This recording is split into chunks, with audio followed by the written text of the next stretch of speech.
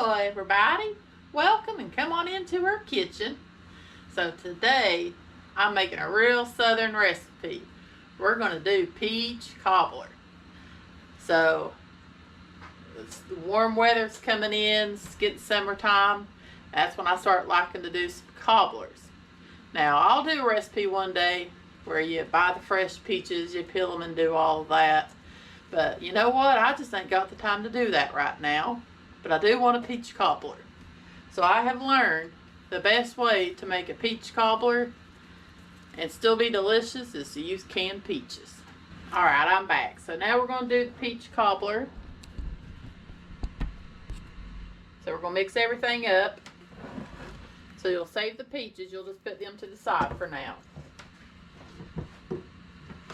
So this is a real easy, simple recipe. You're going to need self-rising flour for this. So we're going to do 1.5 cups.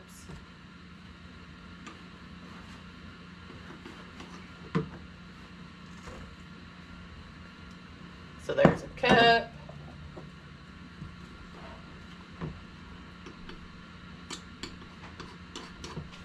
Here's a half. You do want to go ahead and turn your oven on to 350 and let it be preheating.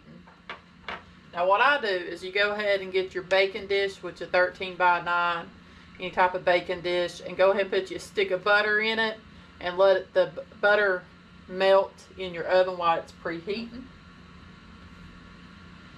So you're going to do now 1.5 cups of sugar. Yeah, I was in the grocery store and I seen the fresh peaches. Boy, they smell good, and I was like, I want a peach cobbler. I just don't have the time to sit there and peel them and do all of that when I know this is a delicious recipe and so much easier than having to take the time to peel it and do all that. Now I like doing it in the fall, I guess, but I just ain't in the mood right now. So you've got your 1.5 cups of self-rising flour. So you want to make sure it's self-rising, not the all-purpose. Now you could use all-purpose if you know how to do the salt and the baking powder. But this one is as simple as it can get. So now I do like to sprinkle a little bit of cinnamon. That's just because we like cinnamon. You do not have to do the cinnamon. Now we're going to do a cup of milk.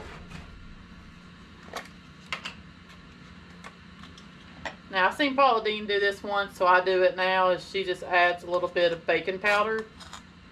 It does help make it a little fluffier, I should say. But if you don't have it, don't have to worry about it. Because again, we're using that self-rising flour. Alright, so now we're just going to start combining everything with the milk. Just mixing that up a little bit.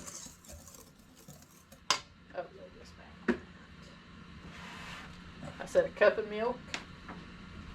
This is whole milk. I mean, you can use, I guess, whatever you got.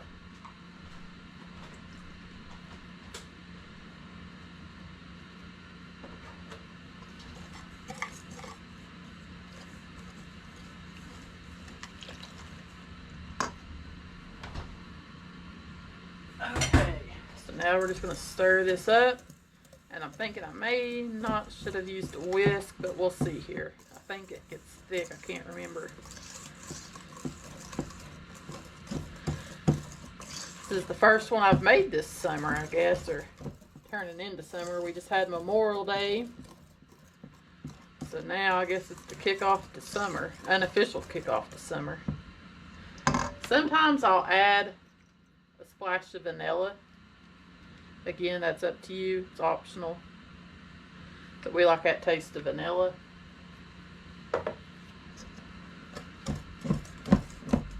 Smells good.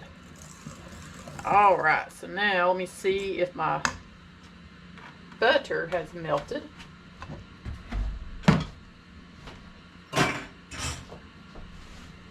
Be right back. Alright, we're back. So we have my dish that I'm going to use to make it in. I've melted the butter. So now you're going to pour your batter on top. Do not do the peaches first. You want to do your batter.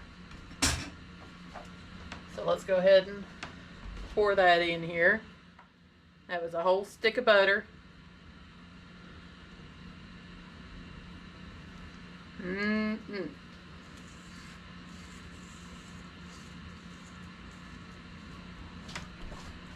Let's see here.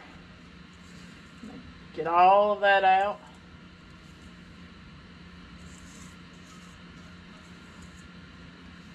I'll tell you what though, once you make this recipe using canned peaches, it will be a game changer.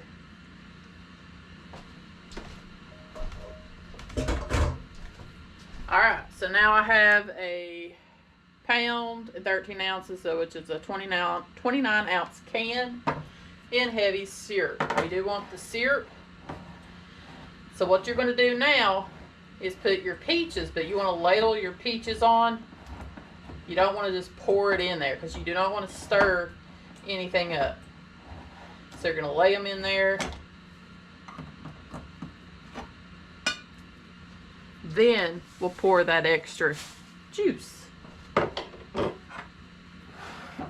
So I just get me a slotted spoon. You're going to put them in there. That was full of juice. Chewy said, "I'll help." I don't know if you can hear her purring and meowing at the bottom of my feet. She likes coming in here when I'm cooking, because usually she gets to sample. I don't think a cat wants peach cobbler.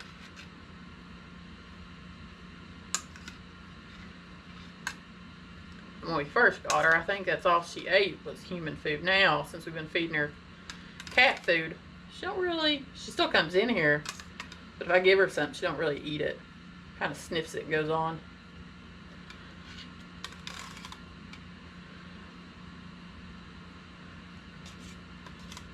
So we're just gonna make sure you put your peaches around so everybody gets a peach in their bite.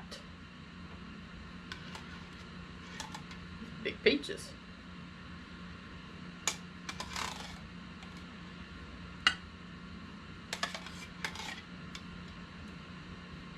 This way somebody else peels the peaches and does all the work. We get the good stuff. Now, you're not going to throw away this juice. You're going to keep it. Pour it on here. Look at that. Alright, we're going to put this in the oven. I'm going to sprinkle a little bit more. And it's odd because this crust that's on the bottom will rise and come to the top. We like a lot of cinnamon. Do a heavy dusting on top. So I'm going to put this in the oven. I'm going to check on it in about 45 minutes on 350. We'll be back. Welcome back. So you can see the peach cobbler's out of the oven.